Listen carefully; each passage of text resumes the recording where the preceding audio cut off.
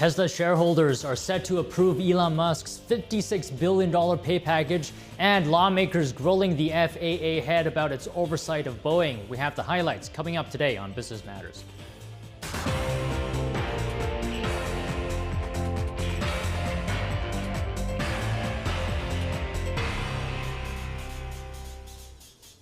Good afternoon, and thank you very much for being here with me today. I'm your host, Don Ma, and as you can see, we have a new setup here.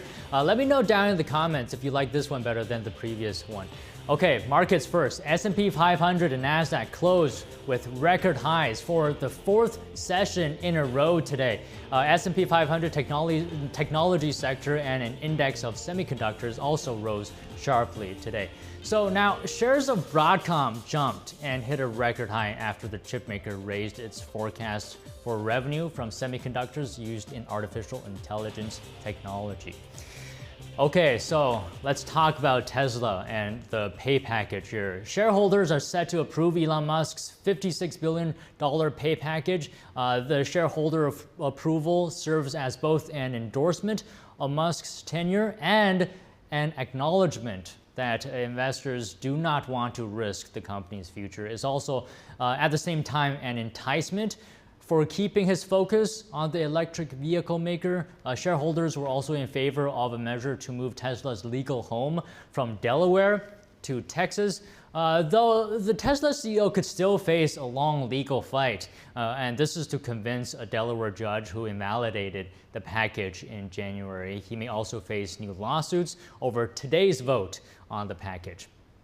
So the question here is, does Elon Musk deserve the compensation package, and what's next after today's approval? I spoke to Carl Szabo. He's the Vice President and General Counsel for NetChoice, and he's also the Professor of Internet Law at George Mason University. Here's what he says.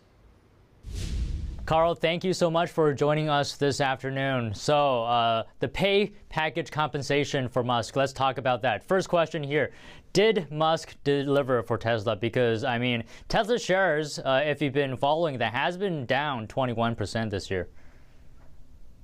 Yeah, did Elon Musk deliver? I mean, absolutely. So what we need to do is remember what Tesla was like back in 2018. Their revenue, their valuation was about $54 billion. Today, it's about $570 billion. That's a 10x increase. Second thing, back in 2018, Tesla was not turning a profit. Their revenues were substandard, and they were actually kind of on the tipping point of not even making it as a business. And so Elon Musk literally was sleeping on the floor in the factories to turn that around. So you need to, and the listeners need to recognize that Tesla back in 2018 was not a guarantee. And what the board did, what the shareholders did back in 2018 is they voted to give Elon Musk this pay package. Elon Musk said, if I do not meet certain benchmarks, I don't even get paid. But if I do, then I get this payout. And those benchmarks were pretty extreme, and not a lot of people expected him to make that. Back in 2018, a lot of Wall Street was betting and shorting Tesla, expecting it to go under. And it turns out Elon Musk did it, and now the question is, does he actually get what he deserves by achieving and meeting all of these extreme benchmarks and turning around Tesla? But here's the thing, Carl. I'm wondering, Elon Musk, he may have a lot on his plate between social media platform X, Tesla, SpaceX, Boring Company, and a number of other companies as well. Is there a concern on people's minds that Musk just has too much on his plate? I think there's a big concern on Tesla shareholders' minds that Elon Musk, if he doesn't get this pay package, will just leave and go work on one of his many other interests.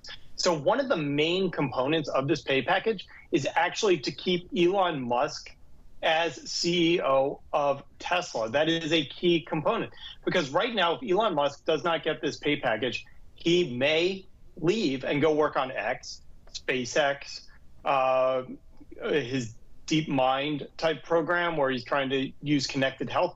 He has a bunch of other interests. And the loss of Elon Musk as the face man of Tesla the shareholders know that that's going to hit share prices hard. And that is one of the main reasons why shareholders would be willing to make this payout, to keep Elon Musk as part of Tesla. All right, and let's talk about what's next here. So simply passing this pay compensation package is not the end of the story here. So what comes afterwards? Yeah, once again, we do have a decision from the Delaware judge. So back in January, a Delaware judge overturned this pay package. They revoked it. And that is still in the courts right now. The decision that happens today does not change the outcome of that decision. The decision has been made. The Chancellery judge in Delaware has three options before her. One, she can ask for more information. Two, she can accept the pay package and the will of the shareholders.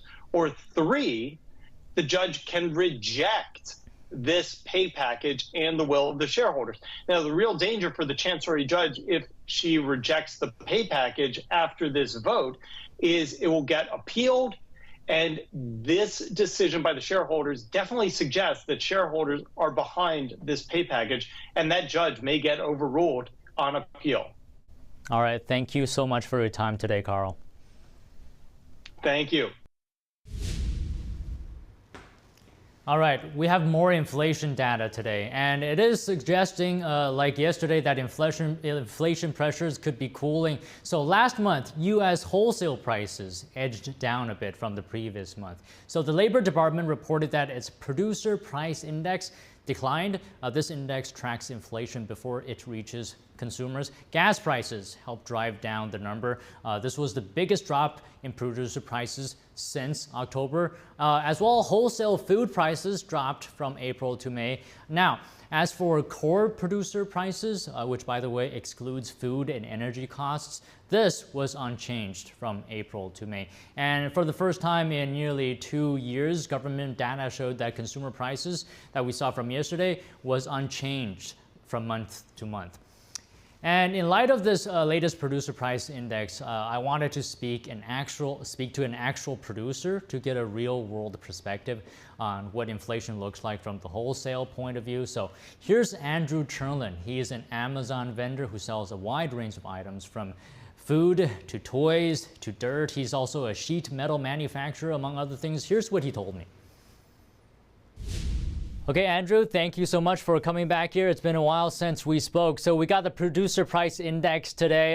Gasoline price increases were down. Some food item price increases were also down. But give us your perspective. What are you seeing? Is it close to what the PPI says?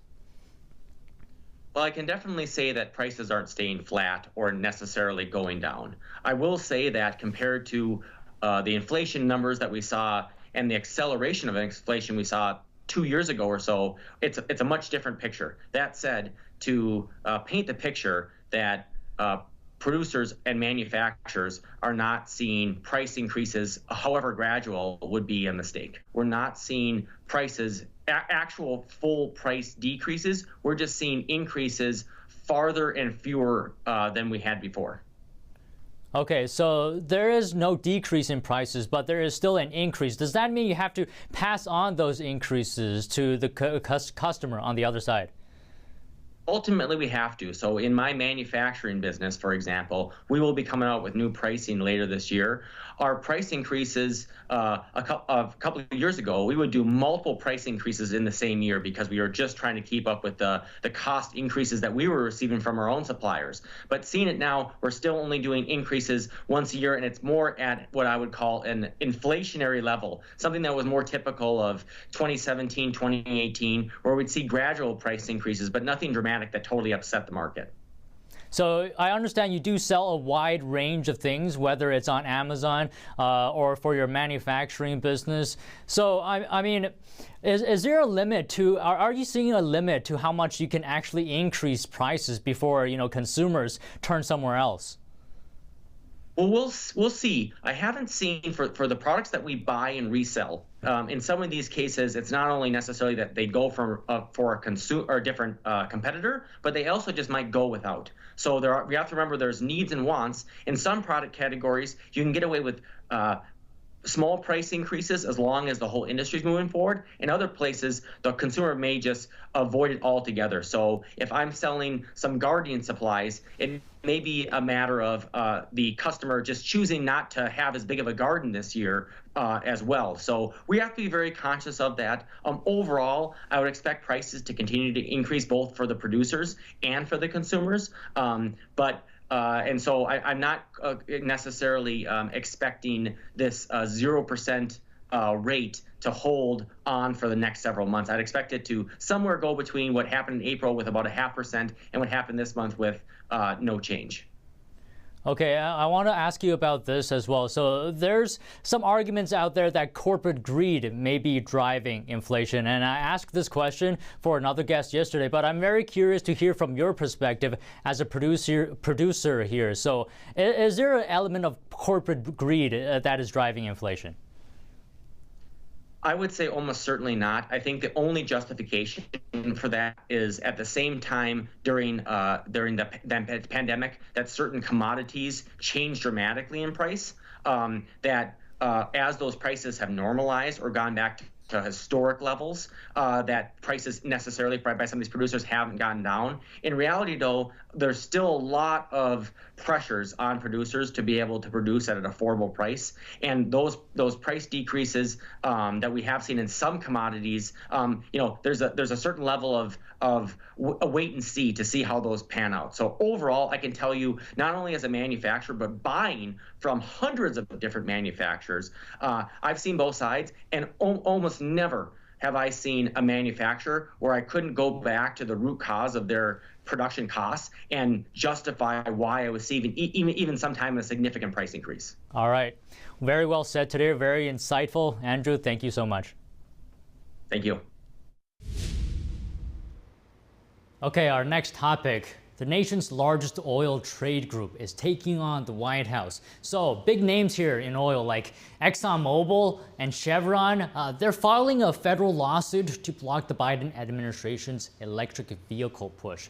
The Environmental Protection Agency recently issued new tailpipe emission rules that will force automakers to produce and sell more electric vehicles. The American Petroleum Institute charges that the EPA has exceeded its authority. The EPA, though, declined to comment on pending litigation. Okay, Microsoft is next. Accepting responsibility for the cybersecurity failures that were cited in a scathing U.S. government-backed report.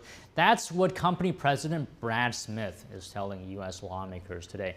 Okay, so Smith testifying before the House Homeland Security Committee about the impact of Microsoft's cybersecurity shortfalls. And this hearing comes after the U.S. Cyber Safety Review Board issued a report in April that found Microsoft committed several avoidable errors that allowed Chinese hackers to breach its network. So the hackers were able to get into the email accounts of senior U.S. officials, including the Secretary of Commerce. So Smith says Microsoft has spent months overhauling its cybersecurity practices. That's including implementing some of the recommendations made by the Safety Review Board. And missing security footage, accusations of treating unions like viruses, those were some of the takeaways from Senate hearing today on Boeing's workplace culture. Here's more on that. If it's a Boeing, I ain't going. Members of the Senate Commerce Committee grilled FAA head Michael Whitaker on Thursday over his oversight of Boeing's safety culture. This after high-profile crashes in recent years and the door blowing off a plane mid-flight in January. We have added more safety inspectors at the Boeing and Spirit facilities to closely scrutinize and monitor production. Our enhanced oversight activities include more direct engagement of company employees. Whitaker said he also made Boeing come up with a plan to improve safety. Senator Amy Klobuchar pointed out one problem. Legions of senior machinists retired when the pandemic hit. Whitaker said they also didn't transfer their knowledge before they retired. What we're encouraging operators in the system to do is recognize that as a risk and build programs around that to mitigate that risk, which means more training, more mentoring, and more time to complete tasks. Ranking member Senator Ted Cruz asked why all key records regarding the MAX 9 aircraft with the blown-off door are missing. The security camera footage was overwritten. Boeing doesn't know who performed work on the door plug, and no paperwork exists. Is that all right? Whitaker said it's too early to have an opinion. That investigation is ongoing. Whitaker said he was unaware whether Boeing's unions were involved in safety discussions. Unions were not significantly involved in developing the plan. Senator Ed Markey said he has evidence that Boeing is very hostile to unions, which he said contributes to the poor safety culture. It encourages managers to limit interactions between union and non-union employees.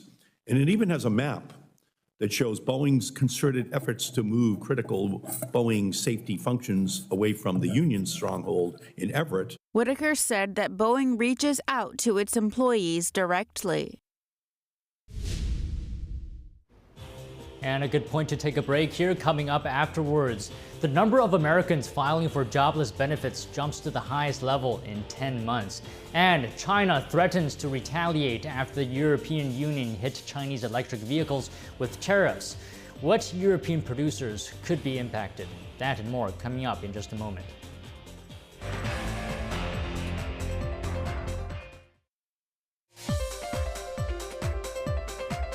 All right, thank you for staying with us here. Let's quickly go over some headlines today before we get to the China stories. President Joe Biden will nominate Christy Goldsmith Romero as chair of the FDIC to replace Martin Gruenberg. Romero is a commissioner of the Commodity Futures Trading Commission. Gruenberg is stepping down as the FDIC comes under pressure after an investigation found widespread sexual harassment and other misconduct at the agency. And the number of Americans filing for jobless benefits jumped to the highest level in 10 months last week. The Labor Department reported that unemployment benefit applications rose to 242,000. This could be a sign that the labor market is cooling under the weight of high interest rates. Amazon is offering $230 million to artificial intelligence startups in the form of Amazon Web Services credits. Companies built on AWS will have access to computing power, a variety of AI models, and infrastructure. And China threatening to retaliate after the European announced steep tariffs on Chinese electric vehicles. European dairy producers and pork exporters could be impacted. NTD's Sean Marshall has more on the recent developments. European dairy and pork companies are on high alert for potential retaliatory tariffs from China. This is after the European Commission's announcement yesterday that it would impose import tariffs up to 38% on imported Chinese electric cars. China's Commerce Ministry said on Thursday that Chinese firms reserve the right to request anti-subsidy and anti-dumping investigations into European dairy and pork imports. The EU was China's second largest source of dairy products, with at least 36% of the total value of imports in 2023, only behind New Zealand, according to Chinese customs data. While it remains unclear which products China could target for retaliation, whey powder, cream, and fresh milk were the top items in the EU's dairy exports to China last year. China still needs the product, right? They still want the dairy. They still want these products, and so the likelihood of them facing a mass, shutdown, right, from the buying of those products is unlikely. Now, there might be some price adjustments, there might be some price changes, there might be some wrangling, right, to throw up, we're unhappy about this. In January, French brandy was targeted by Beijing. This was a move perceived as retaliation for France's support of the EU investigation into Chinese-made EVs. Long-term wise, right, they always need to look at, hey, where are they able to sell their products so they're not just reliant on China? Yeah, I think for European farmers, they're going to have to take a look at where else can they sell their product. And they're going to have to monitor pricing. But that's what a farmer does every single day. Beijing has a history of engaging in retaliatory measures against countries. In Australia, wine and barley was targeted in an anti-dumping investigation that Beijing launched after Australia called for independent investigations into the origins of the COVID-19 virus in 2020. Sean Marshall, NTD News. As well, the U.S. has dramatically stepped up sanctions on Russia and any countries supporting its war economy. This includes targeting Chinese companies selling semiconductors to Moscow. So the U.S. Treasury has effectively threatened to cut off foreign financial institutions supporting Russia's war from the U.S. financial system. Separately, the Commerce Department is targeting shelling companies in Hong Kong for diverting semiconductors to Russia. A senior commerce official who did not want to be named said the department has also expanded its list of items Russia cannot import from other nations. It would include goods that are made with U.S. intellectual property or technology, for example. Now, known for its low prices, Chinese fast fashion firm Shein appears to be hiking its prices ahead of its IPO. This is according to research firm Edited.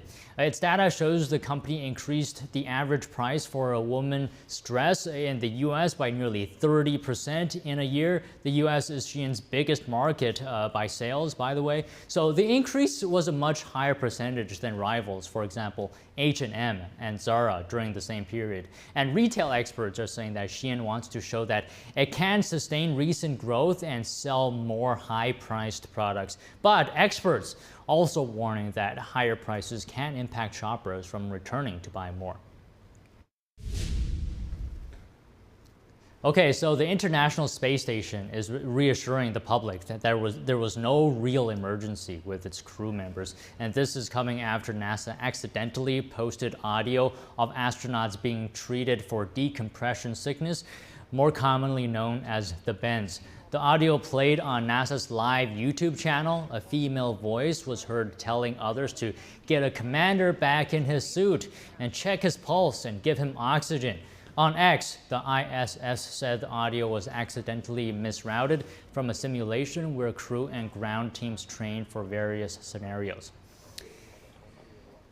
All right, and that's all the stories we have for you today. Thank you so much for watching, and if you have any feedback for the episode, please feel free to let me know. For example, do you like this new setup compared to the previous version? You can email us at business@ntd.com or leave a comment online. I'll read them and I'll decide later, and I always say business matters. Goodbye, see you tomorrow.